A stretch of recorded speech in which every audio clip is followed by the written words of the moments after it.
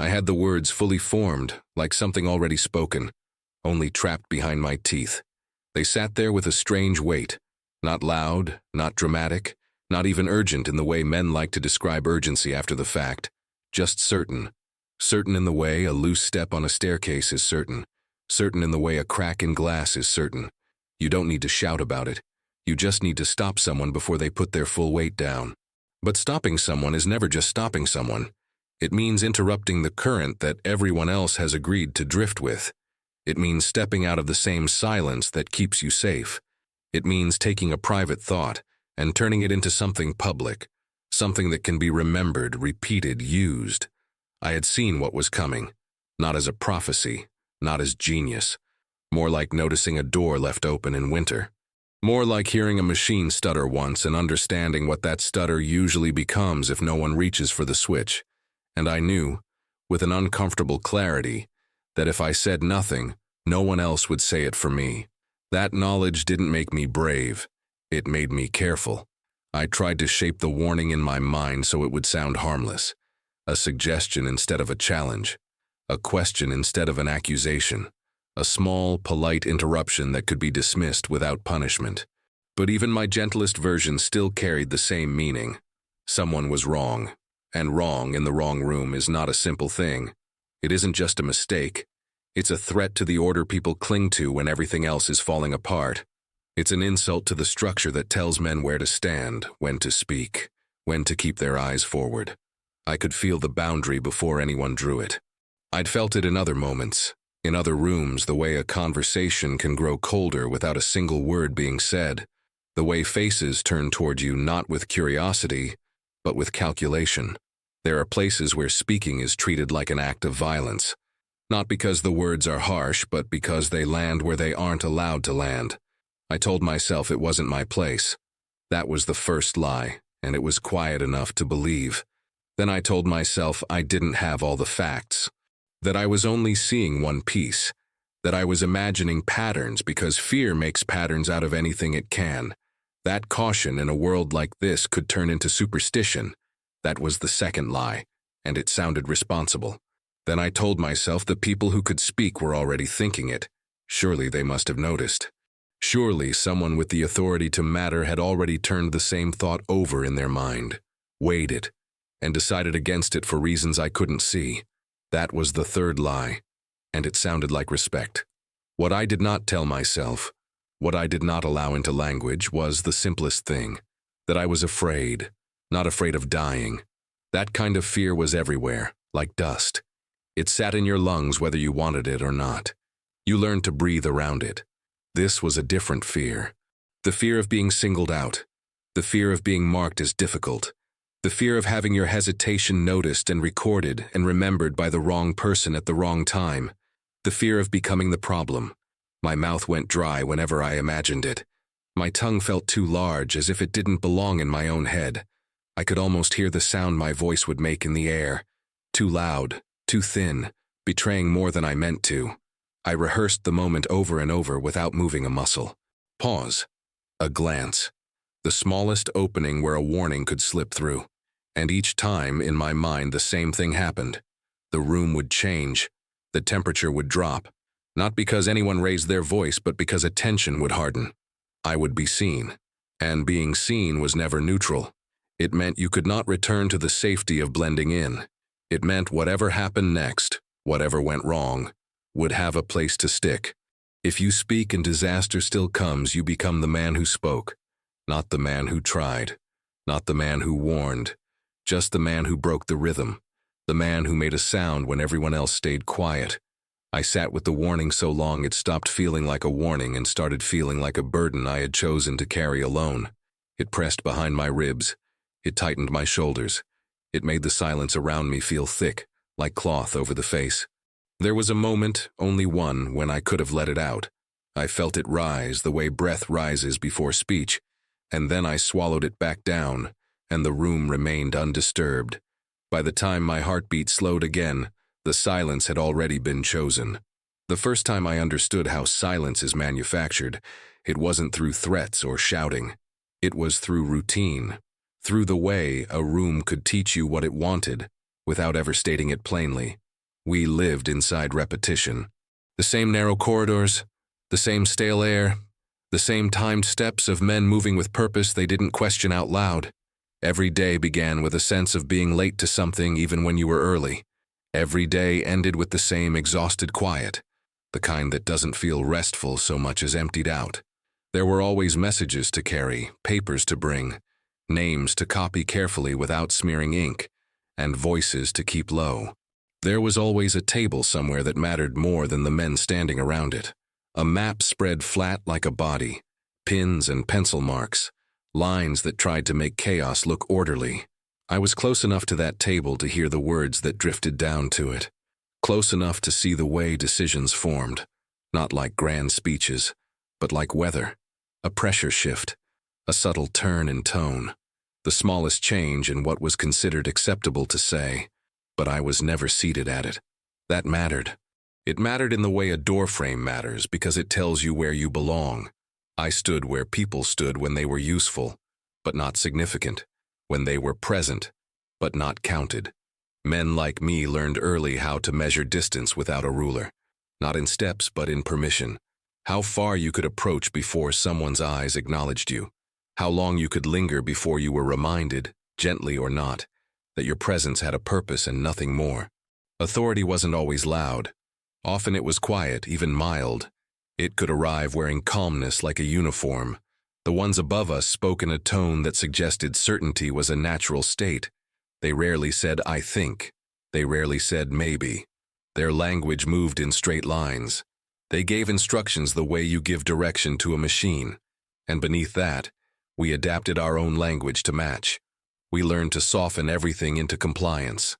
We learned to present information without shaping it into opinion, to deliver a fact and then step back, as if the fact belonged to someone else. The chain of command was not just a structure, it was an atmosphere. It surrounded you. It got into your skin. There were rules that were written and rules that were only felt. The written ones could be cited. The felt ones could only be obeyed. Don't linger after you're dismissed. Don't ask for clarification twice. Don't correct someone above you in front of others. Don't be the first voice, don't be the last voice. Don't create a pause. A pause was dangerous. A pause could be mistaken for doubt. Doubt in that world was contagious. Even the air seemed to disapprove of hesitation. Every room had its own listening. You could tell when a sentence would be repeated later. You could tell when a word was the wrong kind of honest. People think fear is always loud. They imagine men sweating, trembling, stammering. But fear in a system like this is smoother. It makes you efficient. It makes you careful. It makes you invisible on purpose. There were consequences for speaking that no one needed to list. You saw them in the way a man's assignments changed after he was labeled difficult. You saw them in the way a face could be regarded with polite dismissal, like a tool that had begun to rust. You saw them in the way certain names were no longer used casually, spoken only when necessary, as if the sound might carry trouble. And there was always the unspoken understanding that you were replaceable. Not dramatically, not cruelly, just simply. If you were removed from a room, another person would fill your place before the chair cooled. That kind of replaceability didn't require threats. It didn't require punishment. It only required time. I watched men learn it. I watched one clerk, quiet, meticulous, attempt a correction once. It was minor. A date. A detail that didn't match.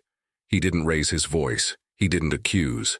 He simply pointed to the discrepancy with the careful tone of someone trying to prevent embarrassment for someone else. The room shifted around him. Not violently, not even obviously. Just enough that he felt it. Just enough that everyone felt it. The senior man didn't argue. He didn't defend the mistake. He just looked at the clerk for a long moment, then nodded as if accepting a nuisance. The correction was made. The paper was fixed. The conversation continued as if nothing had happened, but the clerk had been changed. After that, his presence was tolerated, not welcomed. His work was still used, but his voice was treated as something to avoid. Not because he was wrong, because he had demonstrated the kind of courage that disturbed the smooth functioning of things. He didn't disappear. Not immediately. He simply moved farther from the center without anyone needing to push. It taught the rest of us a lesson more effective than any shouted warning. You can be correct and still be punished. So we learned to keep our correctness private. We learned to pass doubts in whispers only to those we trusted, and even then with careful wording. We learned to frame concern as curiosity, and curiosity as confusion, and confusion as fatigue. We learned to translate fear into something more respectable, because fear was not admired. Obedience was. The days were filled with the language of certainty, orders, updates, timetables, codes, everything named, categorized, simplified. The system demanded clarity, even when reality offered none. And yet, underneath that, everyone knew uncertainty was everywhere. Men compensated by clinging to procedure. It was easier to follow a rule than to admit a rule might not fit the moment. That was how hierarchy kept itself intact, by making obedience feel like safety. I wasn't a decision maker. I wasn't even close.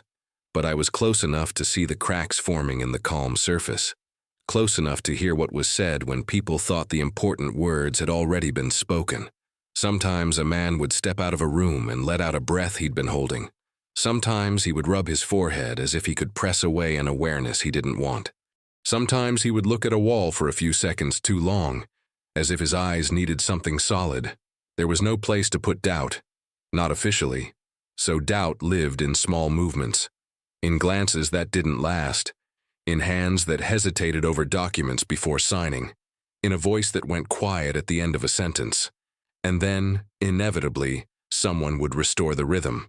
Someone would say, "That's enough," or "We move forward," or simply, "Understood." The words didn't erase the doubt, but they covered it, like a blanket thrown over something unpleasant. I kept myself within that rhythm because it was the only way to remain near the table at all. If you wanted to understand what was happening, you had to be acceptable. You had to be the kind of person no one remembered afterward. That was my position, present, attentive, unremarkable. And because I was unremarkable, I heard more than people assumed. I heard the way orders were shaped to sound clean, even when the truth underneath them was not. I saw how information was filtered before it reached the top, not necessarily out of malice, but out of survival. Everyone wanted to bring what was useful, not what was troubling. Trouble created questions. Questions created delay. Delay created blame. So the system favored smoothness. It favored momentum. That was the environment we lived in when the flawed decision began to gather itself, not as an obvious error, but as a gradually accepted direction, like a train that has already begun moving while you stand on the platform trying to decide whether to shout. And in that world, shouting was not a simple act. It was a declaration that you believed your voice mattered enough to interrupt the machine. I knew what that declaration could cost, so I kept my mouth closed. I kept my posture neutral. I kept my eyes where they were supposed to be, and each day the chance to speak felt less like an opportunity and more like a trap. Once I understood the direction things were taking, my thoughts stopped behaving like thoughts and started behaving like arguments. Not arguments with anyone else, arguments with myself. They came uninvited, circling the same point from different angles, as if repetition might soften the conclusion. I would notice a detail, small, technical, easy to dismiss, and my mind would seize on it, worrying it like a loose thread. Then another detail, then another, each one insignificant on its own. Together they formed something I didn't want to name. I tried not to let them connect. I told myself it was coincidence. That uncertainty always feels larger when you're tired. That I was seeing danger because danger was all around us anyway, and my mind was simply looking for somewhere to place it. But the thoughts didn't fade. They sharpened. They followed me through routine, through corridors, through the long hours where nothing dramatic happened and yet everything seemed to be leaning forward, just slightly, like a body losing balance. There were moments when I almost spoke without meaning to. A word would rise to the edge of my mouth when someone summarized a plan too cleanly. A phrase would form when a question was dismissed too quickly. I would feel my chest tighten, my breath shorten, as if my body had already decided before my mind could intervene. And every time, I stopped myself just in time, because the moment I imagined speaking, The consequences flooded in faster than the warning ever could. I imagined the room turning toward me, not angrily, worse, politely, the kind of attention that pretends to listen while already preparing to move past you. I imagined the silence after my words, heavy and public, stretching just long enough for everyone to register that something inappropriate had been said. I imagined being asked to explain. Explanation is dangerous. Explanation invites scrutiny. It forces you to commit to your doubt, to give it shape and weight and justification. Once you explain, you can't retreat back into uncertainty. You can't pretend you were only thinking out loud. And I wasn't confident enough to survive that exposure. I knew what would be expected of me. Calm reasoning, evidence, a clarity I did not possess. Because what I had wasn't proof. It was alignment. It was pattern. It was the uncomfortable sense that multiple small assumptions were leaning on each other too heavily. I imagined someone responding, not cruelly, not dismissively, but reasonably. We've accounted for that. You're overestimating the risk. If that were true, we'd have seen signs already. All perfectly acceptable answers. All impossible to argue against without crossing a line. And once you cross that line, you don't get to decide how far you go. You are pushed. I told myself I was protecting the integrity of the process by staying quiet, that introducing doubt without certainty would only create confusion. That confusion, in a place like this, could be more dangerous than proceeding. That was how I framed it when I needed the argument to sound noble. Other times I was more honest. Other times, I admitted that I was afraid of being wrong. Not wrong in the abstract sense, but wrong in a way that attached itself to your name. Wrong in a way that followed you down hallways and into future rooms. Wrong in a way that could never be fully erased, even if nothing happened afterward. Because if you speak and nothing goes wrong, you don't become the man who prevented disaster. You become the man who worried unnecessarily, the man who slowed things down, the man who mistook imagination for insight. I had seen what happened to men like that. They weren't punished outright. They were simply set aside. Their voices lost urgency. Their presence became optional. I imagined myself trying to explain later that my warning had been about possibility, not certainty, that I hadn't claimed inevitability, that I had only wanted caution. But systems don't care about nuance. They care about outcomes. If nothing happened, my words would be remembered as noise. If something did happen, my words would be remembered as insufficient. There was no version of the future where speaking felt safe. So I kept arguing with myself in silence, refining reasons not to act. I told myself I didn't have the full picture. I told myself someone else would catch it. I told myself it wasn't my role to disrupt a structure that had carried us this far. Each justification fit neatly on top of the last, like stones stacked to hold something underwater. Sometimes late, when the noise around me thinned, I would imagine a different version of myself, one who stood straighter, one who accepted the discomfort of being noticed, one who spoke in measured tones and was taken seriously. That version felt distant, not heroic, just incompatible with who I actually was. Because courage, I realized, is not just fearlessness. It's willingness to endure consequences you cannot control, and I did not trust myself to endure them. There were small signals that fed my doubt, a hesitation in someone else's voice that mirrored my own, a glance exchanged between two men when a particular assumption was stated too confidently, a pause that lasted half a second longer than it should have before someone said, yes. Each one made the warning heavier, not lighter. Because if others sensed it too, then the silence was collective, and collective silence feels safer than solitary speech. I began to believe that the quiet itself was evidence of agreement, that if no one else objected, the risk must be acceptable, that my unease was a personal flaw rather than a shared perception. It was easier to believe that than to accept that many of us were thinking the same thing, and all choosing the same restraint.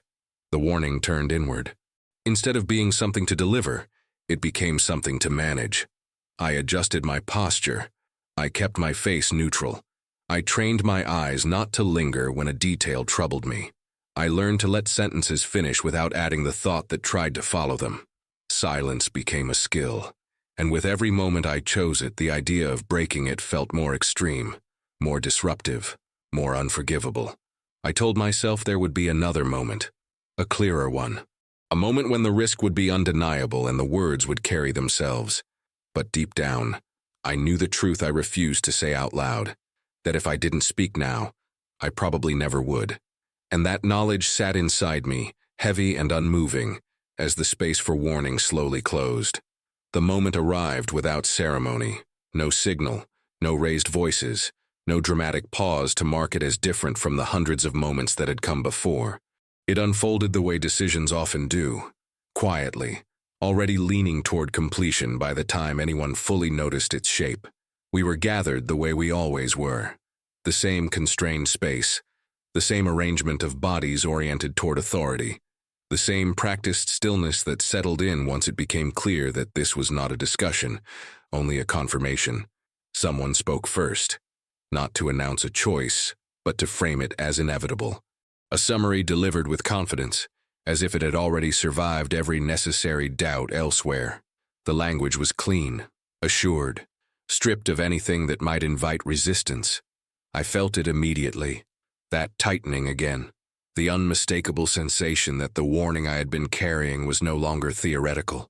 It wasn't about what might happen someday. It was about what this choice made unavoidable. The room felt smaller than it had moments before. As the words continued, I noticed details I hadn't allowed myself to fully register until then. The way certain assumptions were spoken as facts, the way uncertainty was smoothed over with tone rather than addressed, the way complexity was reduced to something manageable enough to move past. This was it, the place where the warning belonged. I knew it with the same certainty I had tried to deny for days, not because the decision was obviously foolish, not because it sounded reckless on its surface, but because it relied on everything lining up perfectly in a world where nothing ever did. I felt my body prepare to speak before I consciously chose anything. My shoulders shifted. My breath deepened. My tongue pressed against my teeth in anticipation of sound. For a fraction of a second, I believed I might actually do it. In that fraction of a second, the warning was simple, not accusatory, not emotional, just a sentence acknowledging risk. A sentence that would slow the momentum, if only slightly. Then the weight of the room pressed back. I became aware of where I was standing, of how many eyes were directed elsewhere, of how little space there was for deviation. I noticed the posture of the men closest to authority, still attentive, expectant. They were waiting for the decision to finish becoming official. No one was waiting for interruption. I imagined the sound of my voice entering that space, how it would alter the shape of the moment, how it would require response, how it would demand evaluation not just of the warning but of me. My heart began to beat too loudly. I was sure someone could hear it. The person speaking paused briefly, not an invitation, just a breath, the kind of pause that exists to emphasize certainty, not to welcome objection. That pause was my last opening. I could feel the words rising again, urgent now, pressing against restraint. My jaw tightened. My hands curled slightly at my sides as if bracing for impact. And then, without any conscious declaration, I chose stillness. I lowered my gaze. I let the pause pass untouched. I allowed the sentence to continue without interruption. The decision crossed an invisible threshold in that moment. It settled into place. It became something already agreed upon, already moving forward. No one looked at me. No one noticed the silence where something else could have been. The physical sensation of not speaking surprised me. It wasn't relief. It was heavier than that. Like holding your breath too long and realizing too late that you're doing it. A pressure built in my chest and refused to leave. My throat felt tight, not from emotion, but from effort. The effort of keeping everything contained. As the final words were spoken, I felt an unmistakable shift inside myself. A line crossed, not outwardly, but inwardly. Something that could have been changed had been allowed to continue unchanged. The room moved on immediately. Chairs scraped softly, papers were gathered, men adjusted their posture and prepared to disperse. The moment had passed. I remained where I was, outwardly unchanged, carrying the exact knowledge I had carried in. but now with the added certainty that it was too late to give it voice. Silence had not just won, it had locked itself in. The consequences did not announce themselves all at once.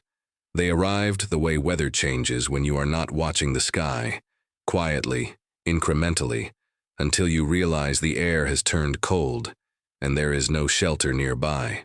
At first everything looked the same. The routines continued. Messages were delivered.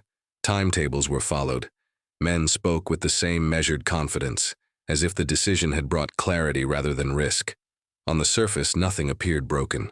That was the most unsettling part. I kept waiting for something immediate, some sign that would confirm or deny what I feared, some interruption sharp enough to justify panic or relief. But there was only progress. Smooth, efficient progress, the kind that reassures those who want reassurance. Inside me, the warning did not fade. It sharpened. Every update I heard carried two meanings, the one everyone else accepted, and the one I couldn't stop translating underneath it. Each confirmation felt less like validation and more like momentum, an object gaining speed precisely because no one was questioning its direction anymore.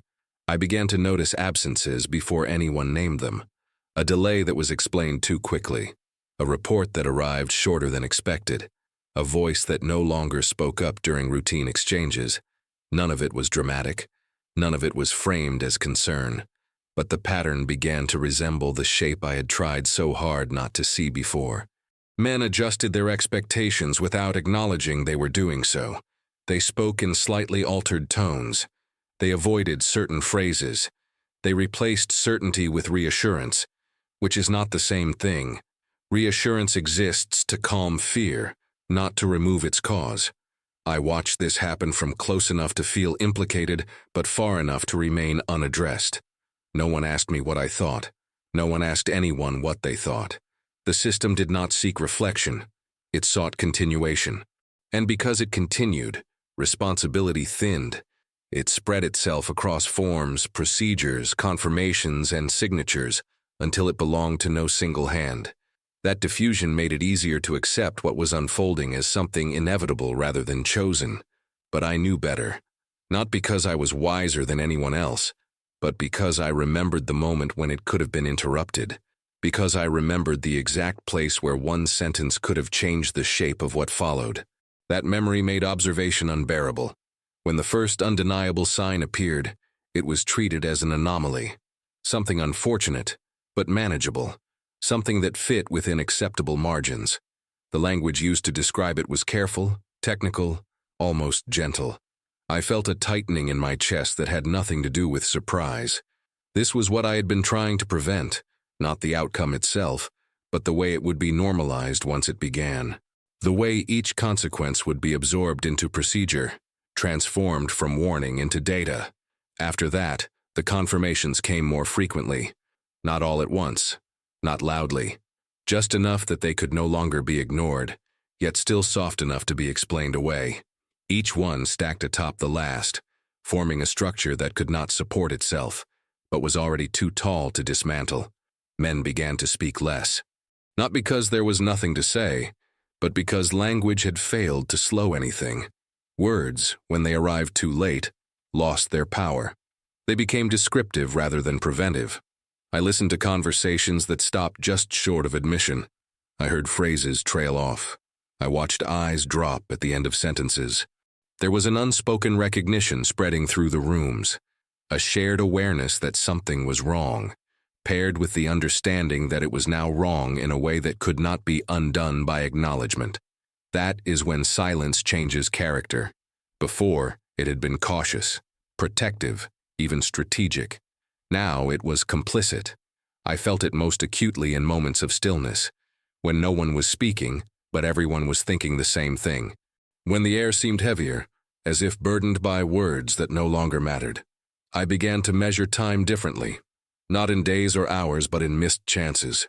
Each report that arrived too late to matter, each adjustment that came after damage rather than before it, each confirmation that aligned precisely with the fear I had once tried to dismiss as imagination. There was no satisfaction in being right. There was no sense of vindication, Only a quiet, corrosive realization that my silence had not preserved stability. It had contributed to fragility. By refusing to disrupt the process, I had helped ensure it would break under its own weight. No one accused me. No one suspected me. That absence of blame was its own punishment, because there was no external consequence to absorb the guilt, no reprimand, no exile, no moment of confrontation where I could at least say, I tried. I had not tried. And the system did not need my confession to continue failing. It moved forward with the same calm determination it always had, adjusting just enough to survive, never enough to change. As the situation worsened, the language grew more careful, not more honest. Responsibility was described as shared. Outcomes were described as complex. Causes were framed as unavoidable. I recognized every phrase. They were the same tools I had used internally to justify my silence.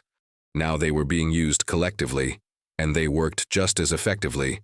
At night, when the noise finally faded, the weight returned in full. Not as panic, not as grief, as something slower, heavier, more permanent.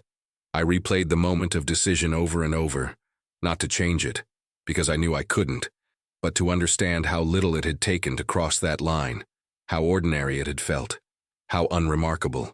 That was the most disturbing realization of all. Not that disaster followed silence, but that silence had felt so reasonable at the time. The consequences did not explode. They accumulated, and with each accumulation, the space for responsibility narrowed until it fit perfectly inside one person's private memory. Mine. I still carry the moment as if it were unfinished, not because I believe it can be changed, but because it never settled into the past the way other memories do. It does not fade at the edges. It does not soften with distance. It remains intact, preserved by the absence of anything that might have interrupted it. Time has passed. Enough that the noise surrounding those events has quieted. Enough that people speak of them now with the detachment reserved for things already categorized and filed away. Enough that new routines have replaced the old ones, and new certainties have taken their place. But the silence I chose did not age. It stayed exactly as it was the moment it hardened inside me. I remember details that should not matter anymore. The position of my hands, the angle of my head, the way the air felt when the decision became final. These are not dramatic recollections. They are mundane, ordinary. That ordinariness is what makes them unbearable. I have learned that memory does not always return the way we expect. It does not always arrive as images or sounds. Sometimes it comes as a physical sensation, a tightening in the chest when a similar pause occurs, a sudden awareness of breath when a room grows quiet. Sometimes it comes as restraint. There are moments now, long after, when I feel the instinct to speak rise again, in conversations that have nothing to do with war, in rooms that carry no authority worth fearing. And yet, I hesitate. My body remembers what my mouth once refused to do. Silence, once practiced, becomes familiar. I tell myself I am not that person anymore, that the conditions were unique, that the pressure was extraordinary, that the consequences of speaking then were not comparable to the consequences of speaking now. And yet, the hesitation does not ask for justification. It arrives already formed. I have tried to place the guilt somewhere else, on the system, on the structure, on the inevitability everyone insisted upon afterward. I have tried to dissolve it into complexity, to tell myself that no single sentence could have altered the course of what followed. But guilt is not interested in fairness. It does not argue. It does not negotiate. It simply remains. I know, intellectually, that I was not the decision-maker, that the authority was not mine. That responsibility was distributed so thinly, it barely seemed to exist at all. But memory does not operate on hierarchy. Memory returns to the exact moment where agency was possible, however limited, and asks only one question: did you act? And I know the answer. I did not speak because I wanted to remain unseen. I wanted to preserve my position within the order of things. I wanted safety in the narrow sense. Safety from attention, from consequence, from being remembered for the wrong reason. What I did not understand then was that silence creates its own permanence. By not speaking, I ensured that the only person who would remember the warning was me, that the only place it would exist was inside my own mind, replayed without variation, without release. There is no record of it, no witness, no acknowledgement. It lives only in the space between who I was and who I allowed myself to be. Sometimes I imagine what it would feel like if I had spoken and been dismissed. The embarrassment, the quiet judgment, the slow erosion of trust, all the things I feared. I imagine carrying those instead, and I realize with a clarity that offers no comfort that they would have been lighter, because they would have been shared. Silence, I have learned, does not disappear when the moment passes. It settles. It embeds itself into memory and becomes part of how you understand your own character. Not as a flaw, not as a lesson, as a fact. There is no redemption in that realization, no resolution. Just an understanding that some moments do not end when the room empties. Some moments stay. And every time I remember that pause, the one I let pass untouched, I understand something I did not then. The moment I decided not to speak did not end with the decision. It has been continuing ever since.